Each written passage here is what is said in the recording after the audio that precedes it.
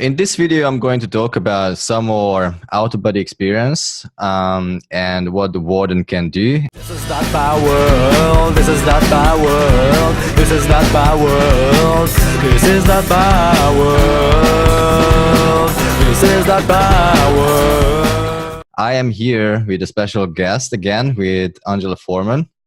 Hi there. Hi, how you going? I'm doing good. How are you doing? Yeah, I've had a good day, week.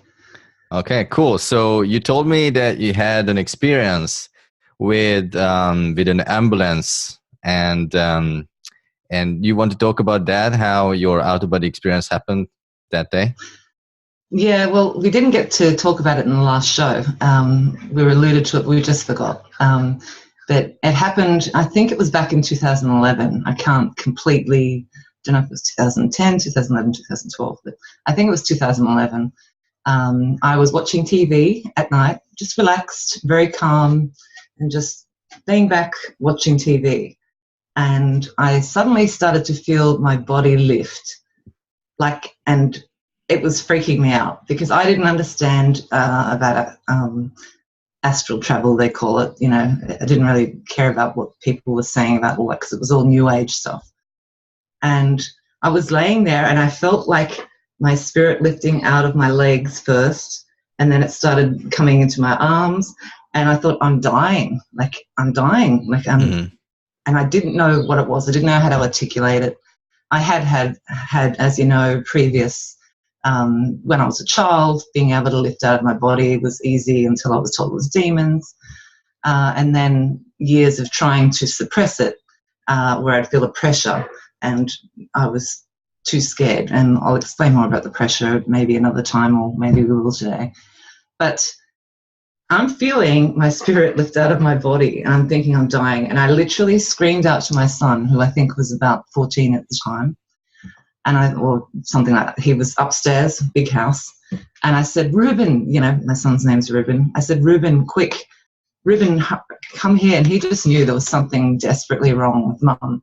And here I am, just relaxed watching TV, nothing going on. And as he spoke to me, I said to him, I think I'm dying. I'm dying, Ruben. Like, I literally, and I just knew that I felt like I was dying because I was lifting out. And I said, I think you need to get an ambulance. And he just knew that when Mum says that, because it's very, very unusual, like it just never happens. So he did. And I had 2 ambulance officers come, and one of them was like dismissive. Are you having an anxiety attack? Well, I know what they're like too. It's a totally different thing. This is I could feel myself lifting. So one of them was quite quiet, and he was just observing. And the other one had me saying, look, just run around the room. You've got too much adrenaline. I'm thinking, well, I was totally relaxed, you know. So he had me running around the room, testing me and saying that it was just basically an anxiety attack. And I knew it was something different because I was lifting. And so the quiet one said, I think we should take Angela to the hospital just to test her heart, you know, because, you know, it could be something there. And the other one said, okay, you know, whatever. And I think he felt that I was just imagining things or whatever. And when we get to the hospital, they put me in one of those little rooms, and it was their lunch break, which was the middle of the night. It was like, I don't know, midnight, 1 o'clock, something like that. And the quiet one, the other one said to the quiet one, do you want to, let's go, you know, because it's their break, you know, so they're going to go on a break. And he said, no, I'm going to stay here with Angela. And that's very unusual because ambulance officers never do this. And mind you, I never understood anything of what I know back then, you know, as in I knew a lot, but I didn't know how. I just thought it was all imaginary rubbish, you know. And he stayed with me. The other guy left. And after the nurses had gone and they put me in this room in the emergency ward, he held onto my foot. And I thought it was quite odd, but it was calming at the same time. And he started to talk to me about things that people don't understand. And I didn't even understand him at the time properly. He said, there's many things in this world that we don't understand. He said, I'm going to stay here with you and I'm going to just hold your foot here and just be with you for a while. And he showed me a band that he had. It was a white band, like a wristband. And he said, this has been banned in Australia. You know, he said, because they said they made false claims about it. He said, but there are things that they don't understand.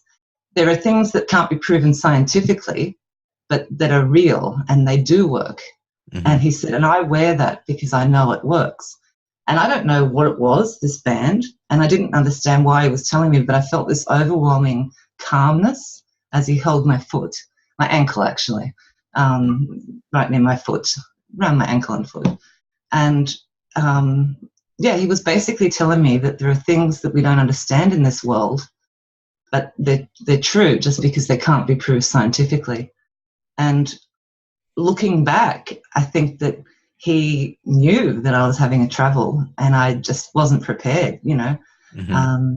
So why do you think that he was holding your ankle? What was the reason? Well, why the ankle? I don't know. You actually had an interesting viewpoint on that. I don't remember. Can you remind me? We've had conversations. But somebody actually said to me that recently, he's a German guy, he actually said to me that, and we've been sort of crossing research and all that sort of stuff, he said to me, maybe he said he was holding your foot like you're a kite ready to fly. And maybe you were going to lift right out, you know, like, but at the time I didn't understand about ether travel. So, but you had a very good point about it too, about the sole of the foot. Something. Oh yeah, the sole, yeah. Yeah. The sole and the... Yeah, because he was holding my ankle and my sole. You know? Okay, so that's why. He was holding by your sole so that you don't fly away. All right, I see. I remember. Yeah, I remember now. Yeah. It was long ago. Anyway, so you said you don't know what it was exactly on his wrist, but could it be some sort of ancient tech device like orgonite or something else? What do you think? I think so. I think embedded in that, it's just made to look modern because I'm this look modern. And, you know, you've seen those ancient, you know, not ancient, but whatever, the sculptures where they're always wearing their wristbands. I'm pretty sure it's been in some of your videos or in it's one of my videos. Yeah, I think I remember that. The watches. But I know now, looking back, that he knew I was having a travel. And what are the chances of that ambulance officer being there that night? This is why I say that things are foreseen, things are put in place. You have helpers, you know, and ones to help you. And for him, I've never heard of an ambulance officer hanging around to hang on to the foot of a woman who's having a so-called anxiety attack. Maybe he had a food fetish. I don't think so. But I felt an overwhelming, like a love feeling coming from him. Just the energy coming from him to me was very strong, and I felt safe. Right. But I wasn't anxious. Nothing was happening that night. And it's also proof that when you have a travel, you don't have to be asleep. I was able to call out to my son and tell him, Ruben, quickly, come down here. I need help. I think I'm dying. And he just straight away ran downstairs. It's not like I say every night, I think I'm dying. You know, never. Okay. Yeah. So do you think that this person was perhaps not a human being, but some sort of entity? Oh, yeah, maybe. Or he's been put in place to help me at a certain time. Either he's an entity working for the good ones, who's in human form permanently, or he just got overtaken by the good ones to help me at that moment. Do you think that a human being can be taken over by a good spirit? Look, I don't think so, actually. But he was wearing the wristband. Like, what are the chances? He's always wearing that wristband. But I just never forget, I didn't understand why he was talking about how people don't understand things and explaining to me about this wristband and how it does things. And just because we can't prove it scientifically doesn't mean it's not true. And it stuck in my mind, but it wasn't till recently I've been going over things that I thought, I kept thinking back to that. And actually the next day, the kids and I went for a walk near the ambulance station and had this overwhelming feeling to find him. But I thought, oh, that's going to be like a stalker, you know. But I just wanted to talk to him and ask him more about what he was saying, even though I couldn't articulate it properly at the time. But I didn't, because I thought that makes me a stalker. Right. Yeah. So have you had another similar experience since then when you were awake and you had this out of body experience? No, after that, I started squashing um, the whole thing. And then I'm pretty sure maybe some of your followers will actually understand as well that if you do try to stop yourself, it's like an overwhelming pressure.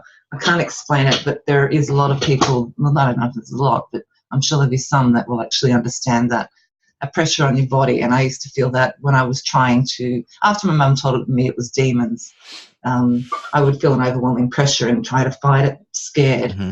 And it was when a woman came into my shop, who I knew quite well, the wife of the doctor, who just said to me, I explained to her, I've asked people, like regular people, I didn't want to ask New Age people, I just knew to stay away from that. I don't know why. I should have, but maybe it's good that I didn't, but something kept me back. But I told her about it, and she said, oh, and I think I said in the previous video, she said, oh, you're just trying to go out of your body. She said, next time you feel it, you just go with it. Don't be scared, and you'll just lift out. So, yeah. Right. So the guy told you that there are things that we don't understand how this world works, right? But did he kind of like detail that, or just said it ambiguously in general? He may have said more things that I just didn't understand, and probably went over my head at the time. But it was a bit more of a easing me into it type thing. But he was just really telling me that there are things that that people don't understand and can't be scientifically proven, like I said. But it's true, and we just don't understand them at this point. I remember him saying that. So what did this experience start in you? Like, did you start to search the truth more, or did you look into the things, how the world works because of this experience? Or well, I was already doing medical research at the time. That was my focus, on medical corruption and poisonous drugs and alternative medicine and all that sort of stuff. So I was already going down that road, and then I had my daughter's chemical poisoning. I think it was either around that time or not long after, when I had to realize there's something going on in this world, and it's being done deliberately, where they know what they're doing, and there are some evil people who, and majority not, but the ones at the top are deliberately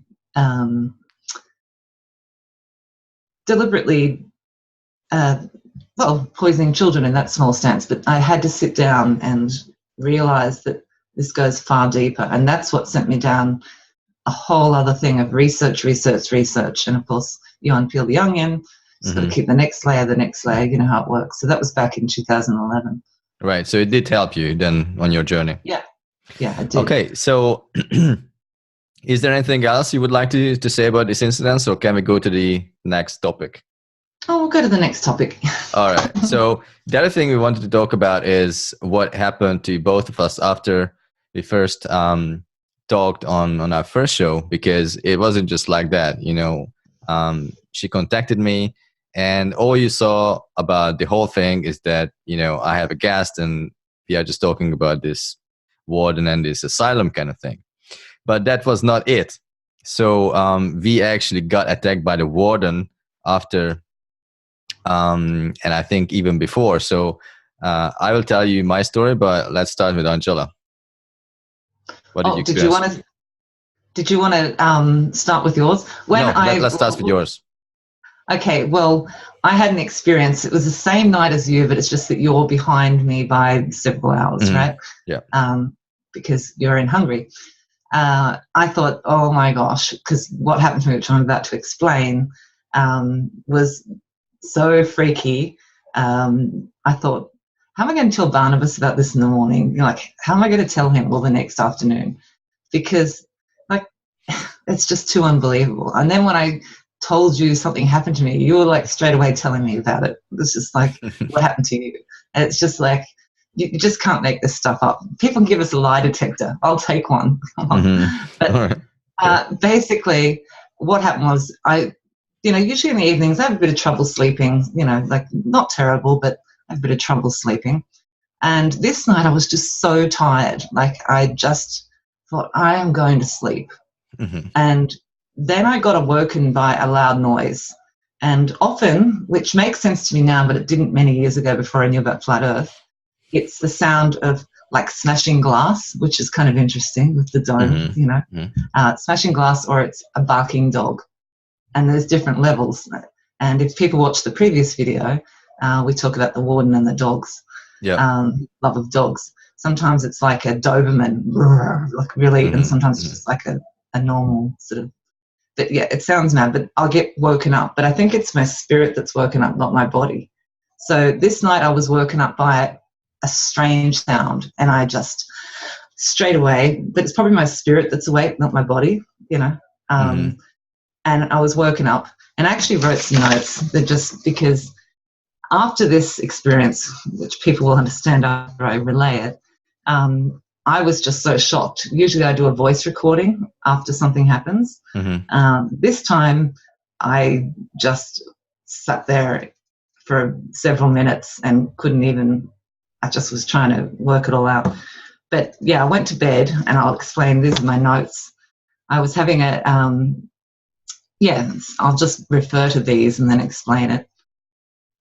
Went suddenly tired off to sleep. I wrote at like 3 o'clock in the morning. I was having a not nice travel, and that not nice travel was, I started to lift out of my body, and I wasn't scared because I'm not scared, but this time something else was controlling me and pulling me around the room, like literally pulling me around the room. And you can sort of go through walls and windows, because you're not in your physical sense. And I was kind of not scared and kind of enjoying it, like I thought, but I didn't know but then it would put me at the foot of my bed, like as in my spirit, straight down, drop my spirit. And then it kept happening over and over. And I was really getting sick of it. I was a little bit scared, but not too scared. But kept pulling me out of my body, taking me around the room, and then but dropping me. It wasn't pulling me out viciously. It was just, I was coming out, and then it was controlling me, and then like as if it was trying to humble me. Well, that's exactly what it was trying to do. And I didn't understand, and I just got sick of it. And I'm just going back to what I wrote at 3 o'clock in the morning. I said I demanded to not allow this invasive thing to be happening to me, because, I was getting bored, actually, to be quite honest with you. I was really getting bored with being pulled out, dropped, pulled out, dropped. So then a voice came, and I'll read it from here, from something in my bed. So this is in the spirit realm, in the ether, but it came from that direction, because you can see the physical, you can see yourself when you're above, when you lift out of your body, all that sort of stuff. But I recognized the voice this time, and a very well-spoken voice, but it's not like the voices that we speak in, but in the ether it was a very, like the posh people speak, really, posh. And he said he was disappointed in me. The conversation was longer. Okay, the conversation was longer, that's for sure, because there's so much more in the ether, when what we can explain with language is very inferior. It's far more. And I was stunned. I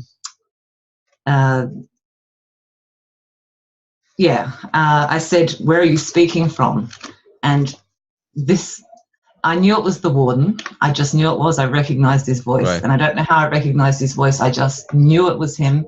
Because my spirit remembers, like it knows, and I knew it was him. And he seemed pissed, like he was not very happy. And he said that he's speaking to me. I won't even go to my notes now, but there's scribbles anyway. But he said to me, "I'm speaking to you from that phone that you talk on, that you and Barnabas, that in a far more descriptive way have been telling me." Yeah. Did you mention me? Really? Yeah. Wow. Yeah. You and Barnabas. So you mentioned the black scrying mirror that we talk. Yeah. And right. He was pissed because we'd told people. Like he was really annoyed, and it was it's almost like he's got a sense of humor, like as well, which I guess we're created in his image, you know. Mm-hmm. Um, uh, yeah, so he was like, as well, I'm talking to you through that thing you've been telling everyone about, because he was annoyed. That really angered him that came out, because you had done your squaring mirror, and then I told you about my travels and how they said, well, communication is a lie. There's no undersea cables. That was all revealed to me. So then he started to get quite upset with me, but more in like disappointed with me. Mm-hmm.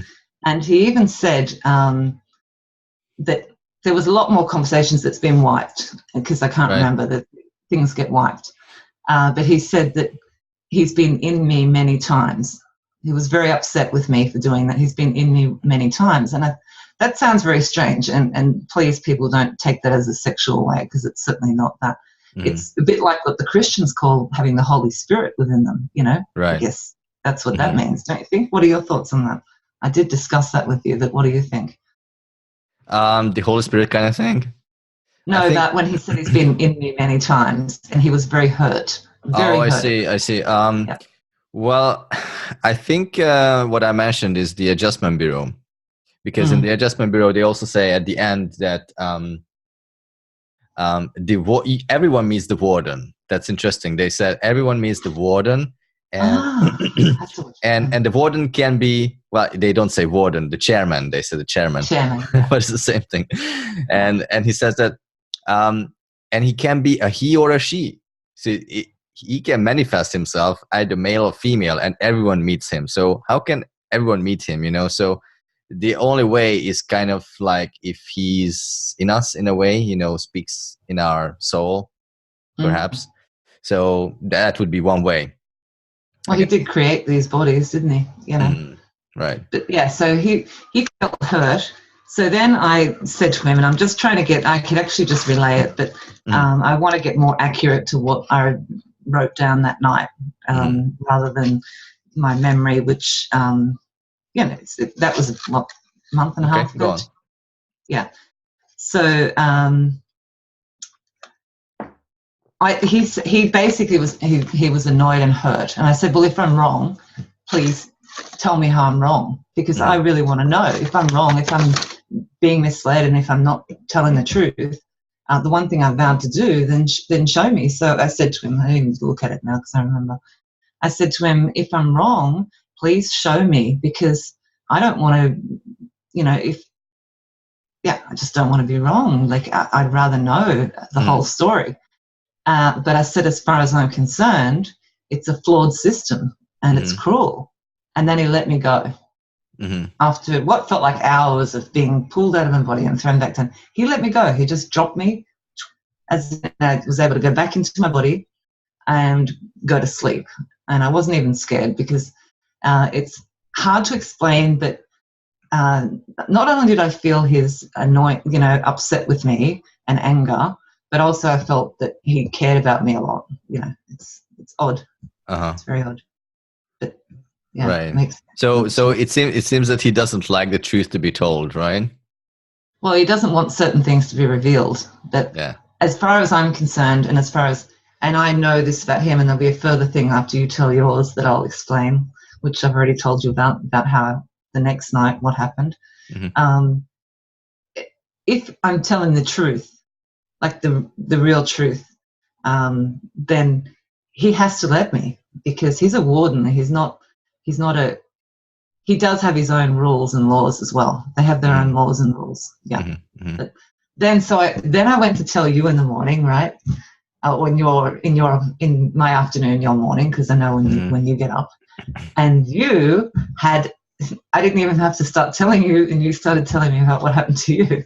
Yeah, it was totally crazy. I mean, you know, I didn't have this kind of experience before, and it was not out of body. I guess I never had an out of body experience, but I usually have dreams when something important happens, and this was kind of like a half dream. I was kind of like aware of what's going on, but you know, halfway sleeping. And I'm not You may sure. have been having a travel. You may have been. Maybe, I'm not sure. But I Yeah. was very aware that I was in the bed, and I even checked the clock because, I remember something being told about 2 a.m., 3 a.m. That's when these things start. And it was actually getting 3 a.m. So it was really weird. That is the powerful And time. yeah, and so what happened was I started to hear a voice from the bathroom. The bathroom is next to my bedroom. And I started to hear a man speaking, and basically being angry in the bathroom. And I was like, what the fuck is going on here? you know? And the interesting thing was that, that would perhaps, generally speaking, scare me or scare anyone, but I was not scared at all. I exactly knew what's going on. On the spot, I knew that this is a warden talking to me. I don't know how, I just knew it. And first he started to just kick things around in the bathroom. Then the key fell out of the door, right? So I heard these sounds. I was kind of like, at that moment I think awake.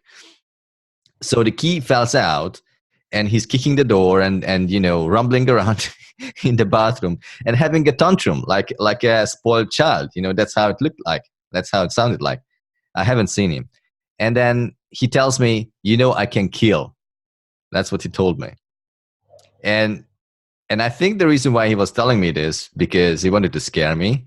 And I was also thinking about these kind of things, whether the warden can kill, whether he can, punish us in a physical way. And we were having a discussion. You'd actually asked me, and you also, before you go on, you had asked me to, and I felt uneasy about it. You asked me to talk to the diplomat.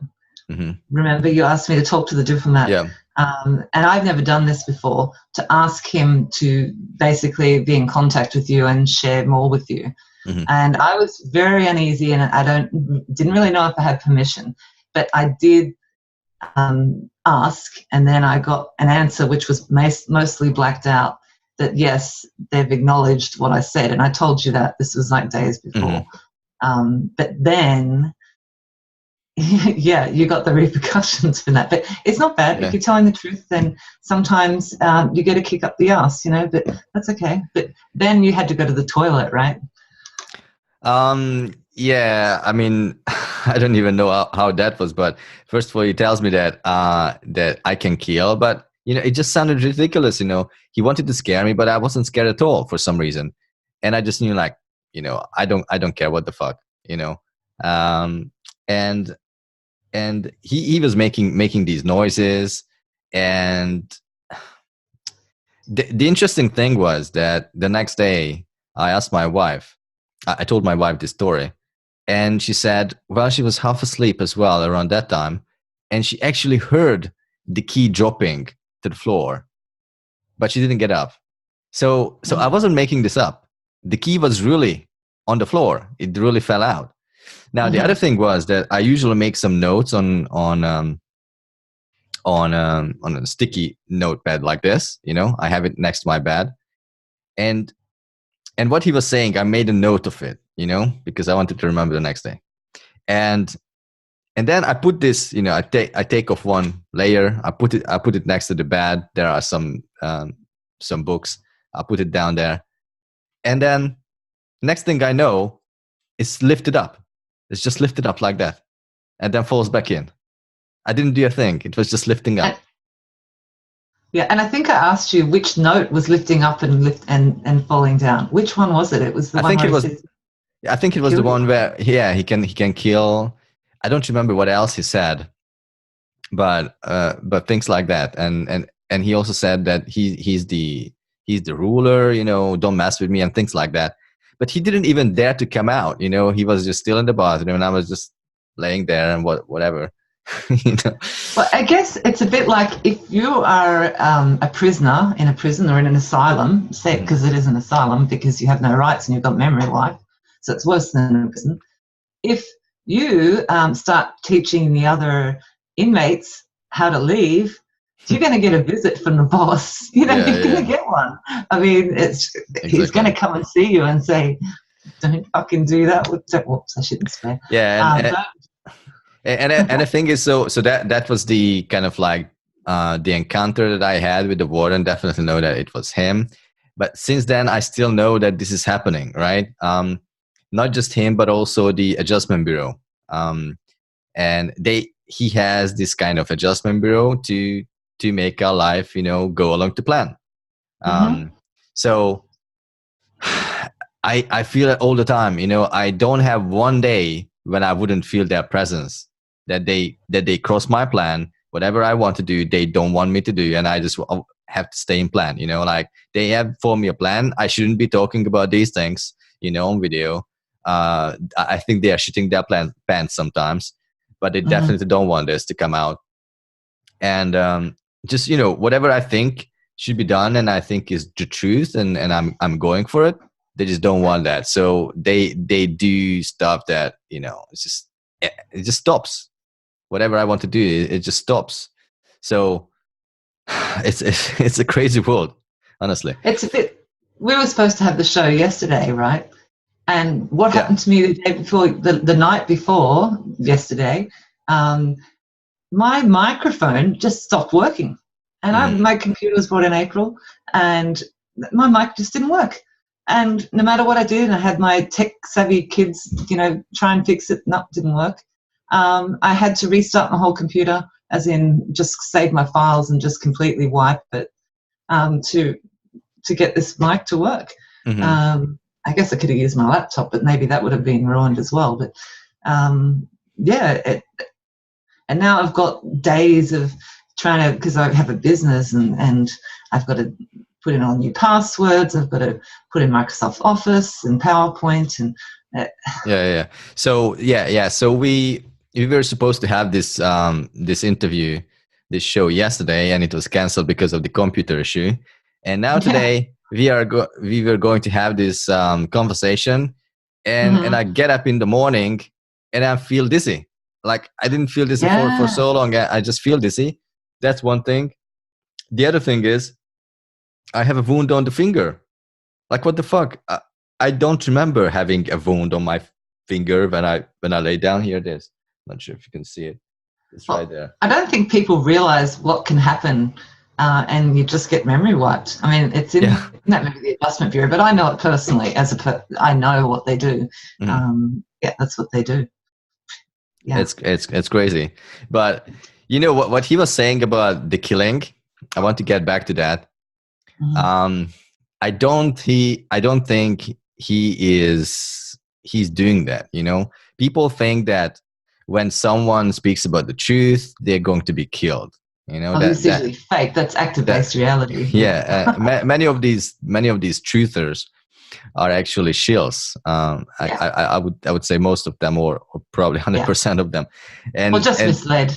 Just misled. Yeah, and they show us how they are bad, and so people don't want to speak up.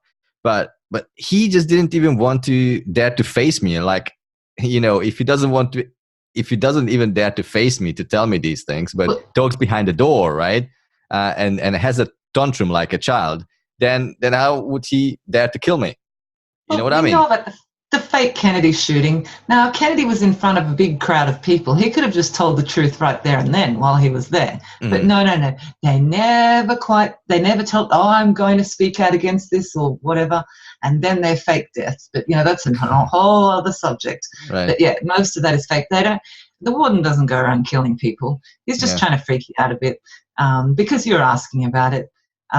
He has a good side as well, but should we talk about what happened the next night after I said, and I didn't expect to actually see anything. It was the last thing I expected when I said, if it's a flawed system, but if I'm wrong, then show me. Should we talk about that now? Or yeah, sure. Go for it. Well, it was the next night or the night after. I can't remember. I should keep a diary. I felt a presence come into my room, and often I feel it, and it's almost like bed covers rippling across. I just sense it, and I can feel like movement. I suppose it's like electricity, I suppose, or some sort of thing like that. And I wasn't scared at all. And something took me on the best travel I've ever had, as in I was able to go out out of my house, up into the sky, further than I ever had as a child. And this time traveled right up. And I actually saw, now people could say that I've just imagined it, but I can see my bed, I can see me asleep, I can see things I can see birds, I can see, what I figure was whatever it is that's around our Earth. Of course, I'm a flat earther, but whatever it is, the shield. And it had like a hexagonal, and I'm not allowed to remember exactly how to draw it, but smaller ones, then larger ones, all joined by points and go above that. And then I went up into, I suppose, what I don't really like, well, actually don't like it at all, what the people who love reincarnation world is, where they say that they can create many worlds, which to me is just being stuck in a matrix. He may just have you in jars on his office, and you're just having experiences. Not for me. No, thank you. But it was like the Disneyland of ether travel. Like, it was unbelievable. I saw things, worlds, beautiful, like paradise things that are just beyond description. I couldn't even describe to you. I saw beautiful, much more enhanced versions of Earth.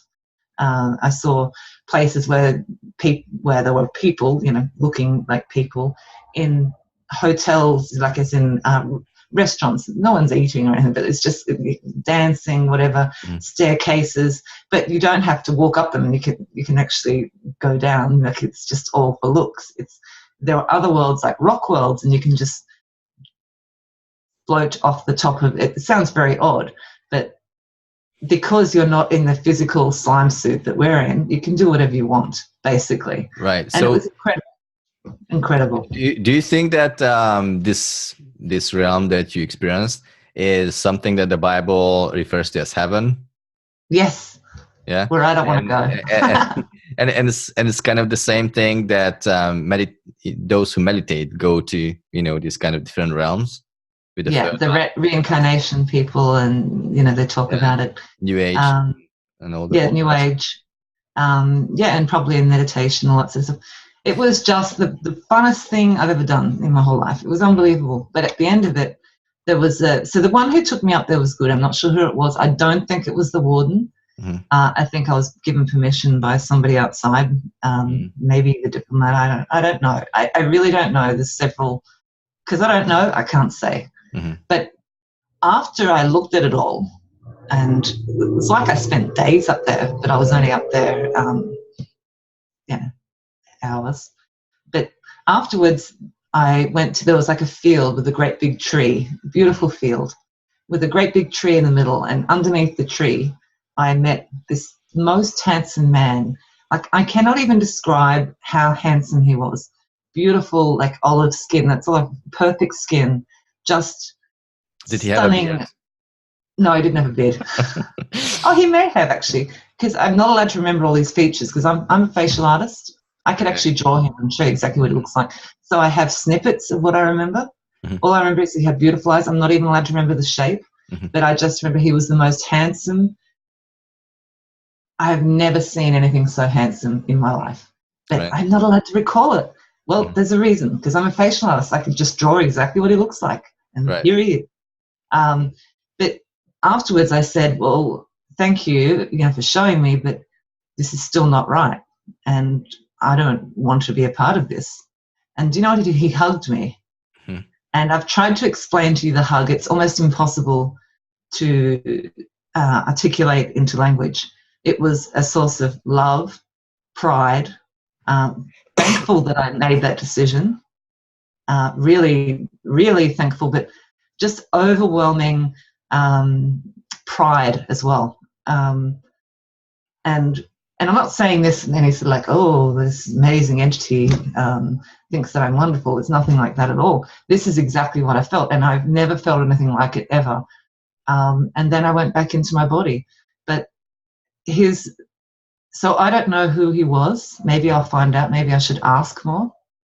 But yeah, I got shown the realm, and I don't think it was the warden. I think it was someone above him. That's what I got from the hug, is that it's someone way above him. And people who say,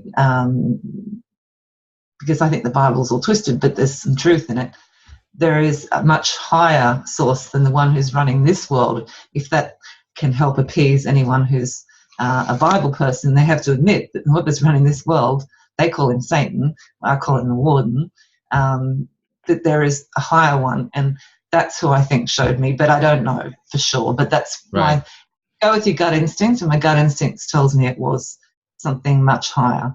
And did he say something? Did he tell you something? What was that? Did he tell you something verbally? Can't remember now. So it was just a hug, like non-verbal. No, he asked me, but without verbal communication. It was an understanding between us. I was shown like an understanding, a look that tells you 1,000 things, and then when I said I still think it's wrong and I want no part of it, and that's when he hugged me, and that hug, and I've tried to explain it to you, had 1,000 levels to it. Right. So do you think that these different realms that you have been to, it's kind of like the universes that these meditators go to, you know, where, you know, they experience those kind of, you know, I've been to heaven and things like that? You think that I think it's actually part of the matrix of this system. It's just another place where they send the souls who they recycle, and they go up there and they have all this fun, and then they get sent back down. I don't want that. Like, sorry, I'm not like going to take that reward. So are you saying it's like a temporary kind of like party? Positive of that. I'm positive that it was part of this system. It's like as if your soul is trapped, and then you can go up there and have all this fun that that you can create, and you can do whatever you want, but you're still trapped within this asylum. Yeah, but so that's why I said no way. I don't want any part of it. Right. What I'm trying to say here is that there are those kind of people who say that, you know, this world is great if you make it great. You know, you believe in what, you know that kind of thing. Manifest, and they have, you know, sometimes they experience meditate, they do yoga, they have, you know, some kind of mushroom or ayahuasca, and they go up to these realms. So perhaps those realms that are so perfect, so good, are one of those party realms where you just have fun. Do you think that they go up there, perhaps? Oh, I'm positive of that. I knew that on that night. And, you know, as I said, I'm just one human being that can't... I understand that people have their own beliefs. I've actually experienced it without drugs, and there's so much other evidence. But I don't want to be a part of that realm. People see all sorts of things up there. You have no idea. I saw rock creatures, like the little cute little rock creatures running around next to me. And then next thing you know, you're in more of a human realm, and you can do whatever you want. You can make up whatever you want, but you're still trapped in the asylum. Right, exactly. Sorry, you're not having my soul. I want out of the asylum. That's what my is on. Yeah. So when I had that experience with the warden the next day, the night, you said that I then went in the toilet. I don't remember that story. Do you remember something what I told you? Yeah, because we forget. This is about like a month and a half, 2 months ago, right? Yeah. You got an overwhelming urge to go to the toilet. Yeah. Remember? And then you went to the bathroom and nothing. And then that's when he started doing all the banging and the key dropped. Oh, okay. So that's how it started. Yeah. That could be. Yeah. He first of all told you from the bathroom that that I can kill you, because you've been asking me, can you kill you? And I'm just like, who cares if he can kill you? You know, you did ask me to connect you with the ether. This is what happens. But it's nothing to be scared of. They're not demons. They do have their own rules. The whole world, all these movies about demons and stuff like that, there's some bad entities, but they have laws too, you know. Right. So finally we know that he doesn't really kill, he's just scaring us, you know. but it was really, really good, because a really good experience in a way of, you know, I was just really not scared. And I think that's an antidote of their scare tactics. When you are just really immovable and you are just confident, you know, I was really confident. I was like, who gives a fuck what the warden says? Like honestly, that's how I took it. And I wasn't scared. Yeah. And it just left. It just left, you know. We do need to have a little bit of respect for him, because he is the boss of us at the moment. not really, none of our spirits, but we do have to be careful. But all these ones that are going to release the truth, this singer's going to release the truth, that singer's, it gets knocked off. Garbage. People need to study actor-based reality. They usually turn up as somebody else later on. But they never reveal anything. They could have revealed it, but they don't.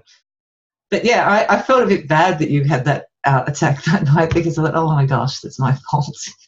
The other thing is that when we wanted to talk yesterday, the day before or maybe 2 days before, we had a pre-interview call just to talk about what we are going to talk about. And that was also interesting because after like 5-10 minutes, we went into a topic and then the internet just cut off, right? Yeah.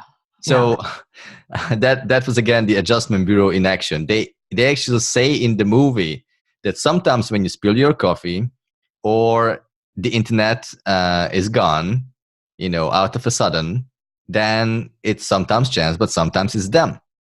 Yeah. I think it was them. Absolutely. People need to watch the Adjustment. Have you done a video on the Adjustment Bureau on comparing it? I'm just not sure when it is because I have a schedule, I have to just check. I don't know. Was it going out already or you not? You showed me all these other ones, and I watched them for the first time, and then I came across the Adjustment Bureau, and as I said in the previous video, you were like, because it just made perfect sense. It's like, and I just knew when I watched it, I thought they're just telling you the truth right there. That's just it. And they can appear in anything. They can appear as human form. They can appear as little orbs, bugs. Right. You name it, whatever. So I just checked my calendar. It's coming out tomorrow, actually. Because okay, cool. So be good follow-up for stay tuned for that because it's going to be a good show. Yeah. So the other thing I wanted to mention is I had another dream state or out of body. I'm not sure exactly what it was. It was like a dream, but it was so very real. And I was in a battlefield, and kind of like they were shooting me with fire. It wasn't bullets, it was fire. So it was like burning people up.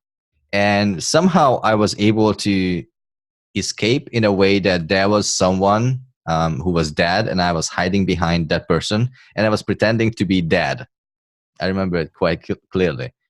And then once that attack was done, I wanted to escape.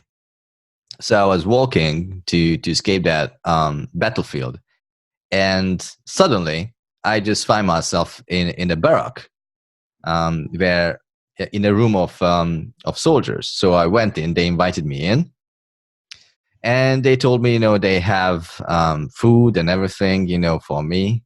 And obviously I was hungry, but I didn't take anything. I was just like, yeah, I would be good.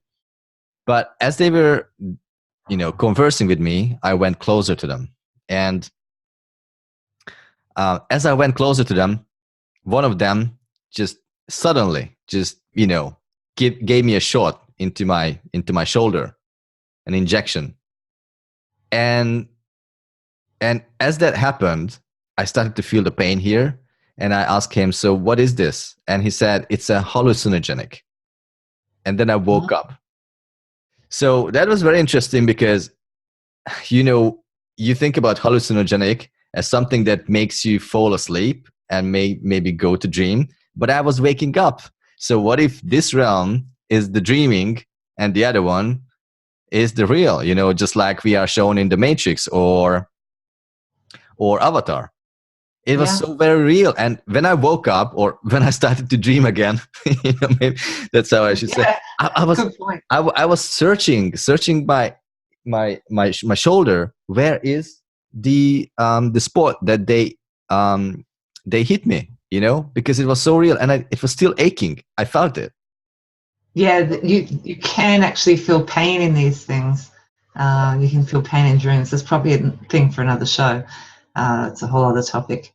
But that's interesting what you said, that they gave you hallucinogenic and you came back to you woke up. Yeah, so perhaps we are given a hallucinogenic every day we wake up. How about that? Well, all I know is reality is when I leave my body. And I'm not saying that I'm suicidal or anything like that. But reality, the real me, is when I leave this suit. So that's the real me. I know that because I experienced it. And there are other people, and I've had quite a few people contact me about this if they want to talk more about it as well, who have the same sort of experiences. Lots on your wall. And then some people have emailed me, you know, and these are just everyday people. They're not people who are taking hallucinogenics or who are into New Age religion. These are just everyday Joes, as they call them in Australia. I don't know if you use that expression over there. Just everyday people, and they just haven't ever been able to tell anyone about it. So it's a good outlet. But so it just occurred to me that when people take these mushrooms and ayahuasca, they're going up to that fake realm, you know, that party realm that you talked about. Disneyland realm. Yeah, Disneyland. Disneyland. But the real realm is somewhere else in the ether, and then we are experiencing here with the hallucination. It's outside of that dome, that horrible thing. It's outside of this system. So that's why you get people who go up and see planets, and they see all sorts of things. You know, you swear, and you'll never get through them, because when they took ayahuasca, they saw planets and galaxies, and that's all CGI. We know that. It's all paintings. How many pictures of Earth have they depicted? It's like I saw a compilation of all the NASA pictures of Earth over the last, 40 years or 50 years or something. Yeah. They're all completely different. It's ridiculous. Yeah. My point was being that I think when they take these hallucinogenics, they think that they are actually going to the real realm, but it is still not. They're going into a trap. I think exactly. Exactly. That's exactly what they're doing. They're going up into the warden's world. The world of reincarnation, which I want no part of, and I know that you don't want any part of it either. No, not at all. Sure. All right. So do you have anything else to share, or shall we wrap it up here? No, I think we'll wrap it up here. I just I asked if I'd be able to speak freely today, because, as you know, I have anxiety with public speaking. And serious, how I ask, good ones, the ones doing freeing us, blah, blah, blah. And I felt okay. It was good. That's cool. So if anyone wants to get in touch with you, how can they reach you? Oh, just, I guess my email, gourmetsoapkitchen@bigpond.com, or Angela Forman @bigpond.com. But also on your wall, on your forum, or group chat. Yeah, the group chat, which you can put, there's details I'm sure that you put below. Because that's when I have some deep conversations with people about this, is in your group chat, in private messages. Right. Yeah. Cool. Yeah. All right. So thank you for joining me today.